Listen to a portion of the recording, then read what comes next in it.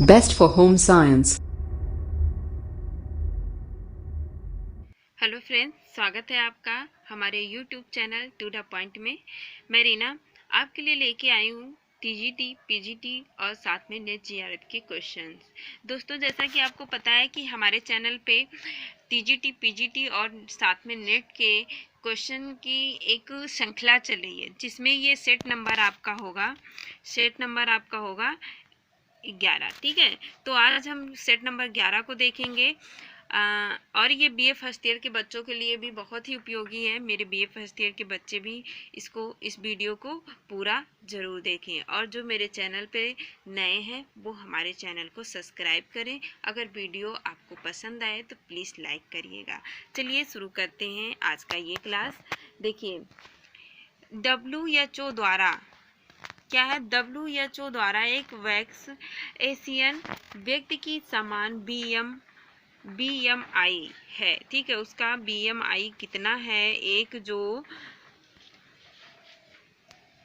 एक जो समान एशियन व्यक्ति होता है, ये पूछ रहे हैं 18 से 23 या 19 से 24 या 20 से 25 या 21 से 26। तो इन्होंने पूछा है, तो इसका सही आंसर यानी कि हमारा पहला जो है ए के साथ सही चला जाएगा। 18 से 23 केजी जो होता है, ये हमारे जो WHO है उनके द्वारा एक वैक्स एशियन व्यक्ति की BMR की दर होती है। ठीक है, चलिए अगला क्वेश्चन देखते हैं। अगला क्वेश्चन हमारा कह रहा है कि सामान्यतः दृष्टि बाधित व्यक्तियों में दृष्टि क्षीणता होती है, यानी कि जो है दृष्टि बाधिता जो है वो कहाँ तक होती है, उसकी क्षीणता कितनी होती है। ठीक, इन्होंने पूछा है। तो पहला ऑप्शन आपका है 2 से 200 की या 20 से 100 की। ठीक, या 20 से 100 की। सी ऑप्शन आपका 20 से 70 की या 20 से 200 की। तो इसका सही आंसर यानी दूसरा जो है डी के साथ सही चला जाएगा। आपका डी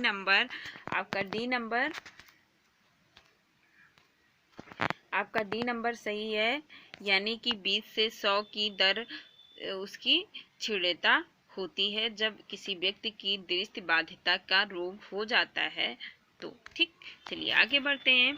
अगला क्वेश्चन ये हमारा पूछ रहे हैं, तीसरा क्वेश्चन है कि महिला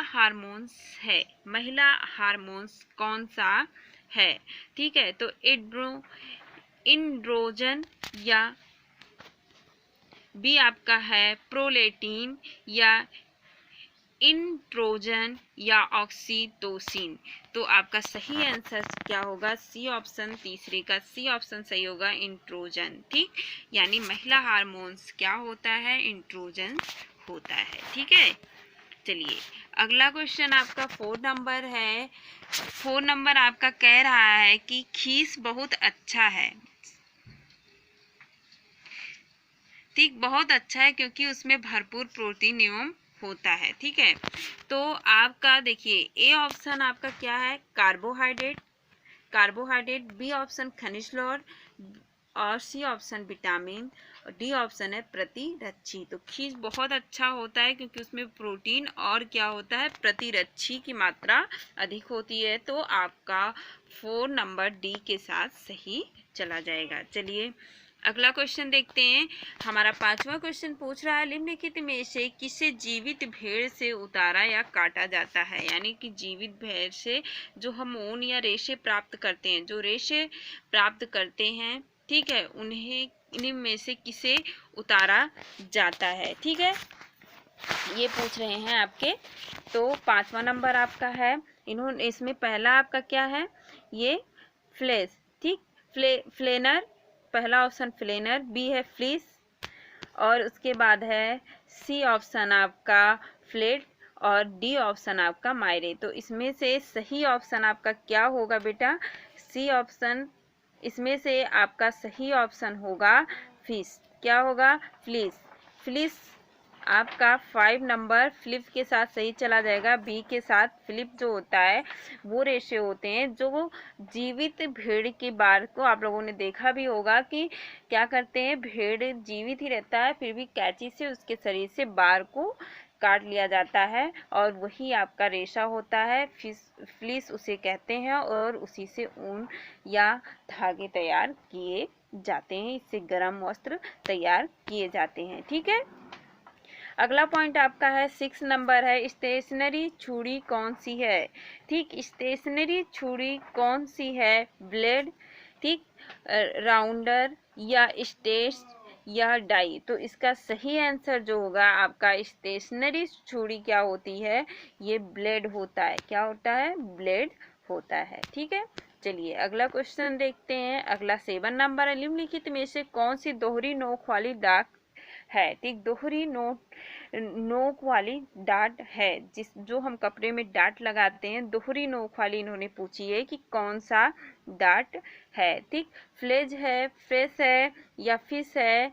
फिश डाट जो होती है दोहरी नोक वाली, ठीक, फिश या ड्रेस मेकर। ठीक, तो इसका सही आंसर आपका फिश डार्ट होगा। फिश डार्ट होगा। आप लोगों ने ध्यान दिया होगा कि फिश कैसी होती है, फिश इस तरह से होती है, तो दोहरी नोक वाली। अब इसलिए फिश ऐसे ही तो होती है, तो फिश ये दोहरी नोक इसमें आ रही है ना, तो इसलिए ये फिश डार्ट आपका सही ऑप्शन यानी 7 का सी के साथ सही चला जाएगा। ठीक है, आगे हम लोग देखते हैं। 8वां है हमारा, आउटपुट का वो भाग जो उत्तरवर्तीय आउटपुट में परिवर्तन करने के लिए इनपुट अवगत के रूप में फिर उपयोग में किया जाता है, क्या है। देखिए क्वेश्चन को ध्यान से पढ़िए। इन्होंने पूछा आउटपुट का वह भाग जो उत्तरवर्तीय आउटपुट में, ठीक है, जब हमको दोबारा उसको प्रयोग में लाना होता है परिवर्तन करने के लिए, उसमें हमको कोई परिवर्तन करना है अवगत के रूप में, तब हम उसका उपयोग करते हैं, तो क्या कहते हैं उसको, क्या कहते हैं, वो क्या होता है। तो फीडबैक होता है या अस्थायी संसाधन होता है या ये थ्रो है, थ्रूपुट होता है या ब्लैंक बॉक्स होता है, इन्होंने पूछा है। ठीक है, तो आपका सही आंसर जो होगा वो सही आंसर आपका क्या होगा, 8वें का सही आंसर होगा आपका फीडबैक होता है। क्या होता है, फीडबैक होता है। हम उसमें जाके फिर से उस फाइल को खोलकर हम क्या कर सकते हैं कि उसमें कोई भी परिवर्तन कर सकते हैं। ठीक है, चलिए 9 पॉइंट हम लोग देखते हैं। देखिए जॉब्स के विलुप्त या मिश्रित करने वाले भाग परिवर्तनों को किसमें निगमित करके बताया जाता है, किसमें निगमित करके बताया जाता है, इन्होंने पूछा है। तो आपका पहला ऑप्शन है उपकरण, ठीक है, दूसरा आपका है उत्पादन अनुक्रमांक, और बी ऑप्शन, अच्छा ये थोड़ा से आपका चेंज हो गया, ये बी होना चाहिए था और ये सी होना चाहिए था, चलिए कोई नहीं। फ्रैक्चर हो गया या कच्चा माल हो गया। तो आपका सही आंसर जो होगा, आपका सही आंसर होगा कि उत्पादन अनुक्रमांक होता है। क्या होता है इसका, कि उत्पादन अनुक्रमांक होता है। तो 9 क्वेश्चन आपका सी के साथ सही चला जाएगा। चलिए 10 नंबर हम लोग देखते हैं। 10 नंबर में पूछ रहा है, दक्ष परिचलन क्रिया के लिए रसोई की कार्य सतह की अनुशासित ऊंचाई होती है। ठीक है, अगर कोई दक्ष यानी कि एक कुशल कार्य करने के लिए, एक अच्छा कार्य करने के लिए जो हम लोग रसोई घर बनवाते हैं, ठीक, जो रसोई घर बनवाते हैं उसकी ऊंचाई कितनी होनी चाहिए, जो सिंक लगाते हैं जिस पे हम लोग खाना बनाते हैं, गैस, उसकी ऊंचाई सामान्यतः कितनी होती है, ये पूछ रहा है क्वेश्चन में। ठीक, चलिए देख लेते हैं ऑप्शन, ये क्वेश्चन नहीं आएगा, थोड़ा ऐसे देख लेते हैं। ये पूछा है कि रसोई में जो हम लोग कार्य करते हैं उसकी सतह की ऊंचाई कितनी होनी चाहिए, 4 इंच कोहनी से नीचे, यानी जो हमारे हाथ की कोहनी होती है उससे 4 इंच कोहनी से नीचे होनी चाहिए, 5 इंच या 5 इंच कोहनी के स्तर से नीचे होनी चाहिए, 4 इंच या 5 इंच या 3 इंच कोहनी स्तर से नीचे होनी चाहिए, 6 इंच, यानी कि नीचे होनी चाहिए, लेकिन वो संख्या कितनी है, तो संख्या है आपकी सी नंबर, 3 इंच कोहनी से नीचे होनी चाहिए, यानी कि जब हम खाना बनाते हैं तो हमारी कमर से थोड़ा से ऊपर सिंक बोल होना चाहिए जिसपे हम लोग गैस रखते हैं, जिससे कार्य करने में हम लोग को सुगमता होगी। ठीक है, चलिए अगला पॉइंट ही देखते हैं। 11 नंबर में कह रहा है व्यक्ति महत्वपूर्ण निर्णय लेने से पूर्व व्यक्तियों के जिस समूह से परामर्श लेता है वह कहलाता है। ठीक है, अब जब व्यक्ति कोई महत्वपूर्ण निर्णय लेता है तो किसी ना किसी व्यक्ति से वो क्या करता है, चर्चा करता है, परामर्श लेता है कि मैं ऐसा करने जा रहा हूँ, क्या ये सही है या गलत है। तो उसी चीज को ये पूछ रहा है कि उसको क्या कहा जाता है, उस समूह को क्या कहते हैं।